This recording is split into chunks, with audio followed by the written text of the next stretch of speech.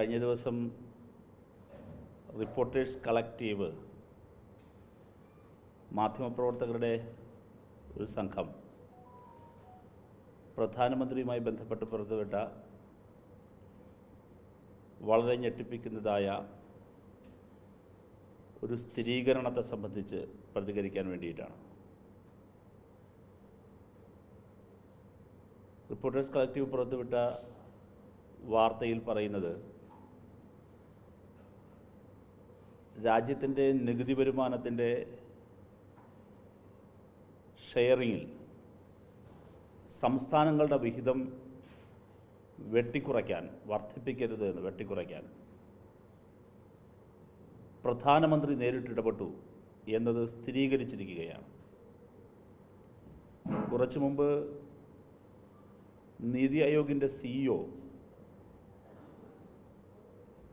നടത്തിയ ഒരു സെമിനാറിലെ പരാമർശം, ആ സെമിനാറിൽ അദ്ദേഹം ഇങ്ങനെയൊരു ഇടപെടൽ പ്രധാനമന്ത്രി നേരിട്ട് നടത്തിയിരുന്നതായി പറയുന്നുണ്ട്.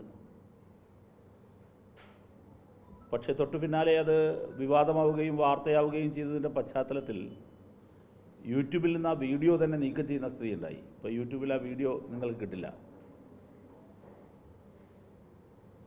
അതിനെ തുടർന്നാണ്, ആ ലീഡിൽ നിന്നാണ് വളരെ ഉത്തരവാദിത്വത്തോടു കൂടി ഇന്നത്തെ കാലത്ത് യഥാർത്ഥ മാധ്യമ പ്രവർത്തനം നടത്തുന്ന ഒരു കൂട്ടം മാധ്യമ പ്രവർത്തകർ, റിപ്പോർട്ടേഴ്സ് കളക്റ്റീവ്,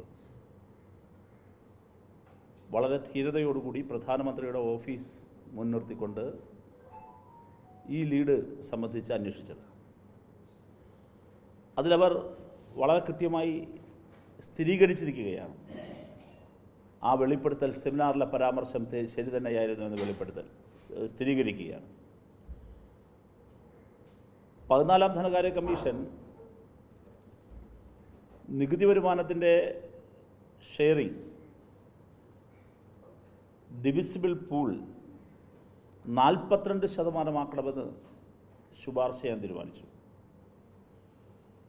സംസ്ഥാനങ്ങളുടേത് 32%, അത് 42% ശുപാർശ തയ്യാറാക്കുന്ന സമയം പ്രധാനമന്ത്രി നേരിട്ട് ധനകാര്യ കമ്മീഷൻ ചെയർമാനെ വിളിക്കുകയും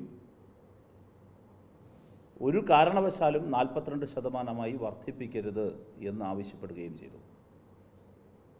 അത് അങ്ങേയറ്റം ഭരണഘടനാ വിരുദ്ധമാണ്, സത്യപ്രതിജ്ഞാ ലംഘനമാണ്. കാരണം ധനകാര്യ കമ്മീഷൻ ഭരണഘടന വിഭാവനം ചെയ്യുന്ന ഒരു ഓട്ടോണമസ് സ്ഥാപനമാണ്, ഭരണഘടനാപരമായ ഓട്ടോണമസ് സ്ഥാപനമാണ്.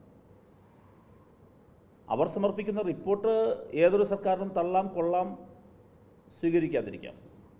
പക്ഷേ അവരുടെ പ്രോസസ്സിൽ ഇടപെടാൻ പാടില്ല. സ്വതന്ത്ര ഇന്ത്യയുടെ ചരിത്രത്തിൽ അങ്ങനെ ഒരു പ്രധാനമന്ത്രിയും അവരുടെ പ്രോസസ്സിൽ ഇടപെട്ടിട്ടില്ല. ആദ്യമായിട്ടാണ്. എങ്ങനെയാണ് 32%-ൽ നിന്ന് 42%-ലേക്ക് വർദ്ധിപ്പിക്കണമെന്ന ശുപാർശ 14ാം ധനകാര്യ കമ്മീഷൻ തയ്യാറാക്കുന്ന ആ പ്രപ്പോസലിലേക്ക് എത്തിയ സാഹചര്യം, അതുകൂടി കേരളം ഇന്നത്തെ സാഹചര്യത്തിൽ ചർച്ച ചെയ്യേണ്ടതുണ്ട്.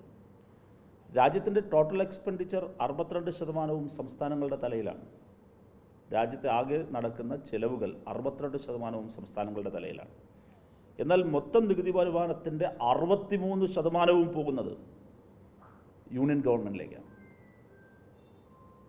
അപ്പോൾ ഇതാണിതിൻ്റെ ബാക്ക്ഗ്രൗണ്ട്. അപ്പോൾ ഈ പ്രശ്നം പരിഹരിക്കുന്നതിന് വേണ്ടിയിട്ടാണ് അന്ന് വൈവി റെഡ്ഡി ചെയർമാനായ 14ാം ധനകാര്യ കമ്മീഷൻ നേരത്തെ ഞാൻ പറഞ്ഞതുപോലെ 32 എന്നുള്ളത് 42% ഡിവിസീവ് പൂൾ വർദ്ധിപ്പിക്കണമെന്ന് ഡിവിസിബിൾ പൂൾ വർദ്ധിപ്പിക്കണമെന്ന് തീരുമാനിക്കുന്നു. ഉടനെ തന്നെ പ്രധാനമന്ത്രി ഇടപെടുകയാണ്, വർദ്ധിപ്പിക്കരുതെന്ന് പറയുകയാണ്. പ്രധാനമന്ത്രി ചെയർമാനോട് സംസാരിച്ചതിൻ്റെ അടിസ്ഥാനത്തിൽ പ്രധാനമന്ത്രിയുടെ തിട്ടൂരം ധനകാര്യ കമ്മീഷൻ നടപ്പിലാക്കും എന്നെന്ന് കരുതി ആ ഉറച്ച വിശ്വാസത്തിൻ്റെ അടിസ്ഥാനത്തിൽ ബഡ്ജറ്റ് അവർ തയ്യാറാക്കി. പക്ഷേ നിലപാടിൽ നിന്ന് പുറകോട്ട് പോകാൻ എന്ന് ധനകാര്യ കമ്മീഷൻ തയ്യാറായില്ല. ധനകാര്യ കമ്മീഷൻ അവർ നിശ്ചയിച്ചത് പ്രകാരം തന്നെ 42% സമർപ്പിച്ചു. അതിൻ്റെ ഭാഗമായി 2 ദിവസം കൊണ്ട് ഈ യൂണിയൻ ബഡ്ജറ്റ് പുതുതായി അഴിച്ചു പണിയേണ്ടി വന്നു. മോദി പറഞ്ഞപ്പോൾ അതുപ്രകാരം തന്നെ 33-ൽ നിൽക്കും എന്ന് കരുതി. ആ 33% കരുതി അതനുസരിച്ചിട്ടായിരുന്നു ബഡ്ജറ്റ് പ്രപ്പോസലാകെ തയ്യാറാക്കിയത്. പക്ഷേ ധനകാര്യ കമ്മീഷൻ അതിൽ നിന്ന് പുറകോട്ട് പോയില്ല. ധനകാര്യ കമ്മീഷൻ അവരുടെ നിലപാടിൽ തന്നെ ഉറച്ചു നിന്നു. അതിൻ്റെ ഫലമായി അവസാനത്തെ 48 മണിക്കൂറിനിടയിൽ രാജ്യത്തിൻ്റെ ബഡ്ജറ്റ് ഒന്നാകെ അഴിച്ചുപെടുതു എന്നുള്ളതായിരുന്നു അന്നത്തെ വെളിപ്പെടുത്തൽ. ആ വെളിപ്പെടുത്തൽ ശരി തന്നെയാണെന്നാണ് റിപ്പോർട്ടേഴ്സ് കളക്റ്റീവ് ഇപ്പോൾ നടത്തിയ അന്വേഷണാത്മക പത്രപ്രവർത്തനത്തിലൂടെ അവരിപ്പോൾ പുറത്തുകൊണ്ടുവന്നിരിക്കുന്നത്.